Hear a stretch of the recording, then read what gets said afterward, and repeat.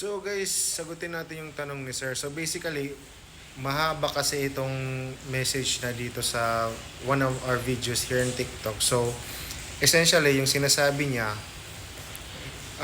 he was hired by a local freelancer to do a task of doing copywriting and doing funnel for 2 to 3 pages. Nagtatanong siya kung sapat ba yung 500 pesos na ibinibigay ng freelancer. Basically, kung yan yung rate na tinanggap mo, it only means na yung skills mo at yung knowledge mo about the funnel and designing copywriting is hanggang dun yung rate. Pero kung you feel to yourself na above yung knowledge and skills na ibinibigay mo and you have the background in doing the funnels and copywriting beyond 500 pesos, then you have to work and you have to do something about it.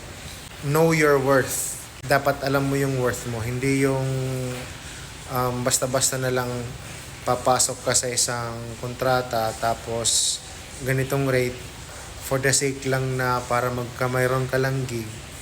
Tapos yung papagawa sa'yo, ganyan, ganito, way above sa binibigay sa'yo na sahod, it's up to you. Pero sa akin, hindi yan pwede. Hindi lahat ng gig ay dapat mong tanggapin.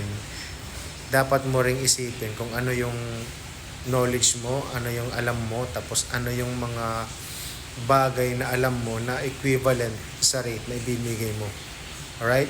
So I hope that helps. I hope this video helps you, sir. Good luck sa funnel journey mo. Kung meron kang ibang katanungan, don't hesitate to comment in one of our videos here in TikTok. For those aspiring freelancers, particularly funnel builder and website designer, like and follow for more and see you in our next video.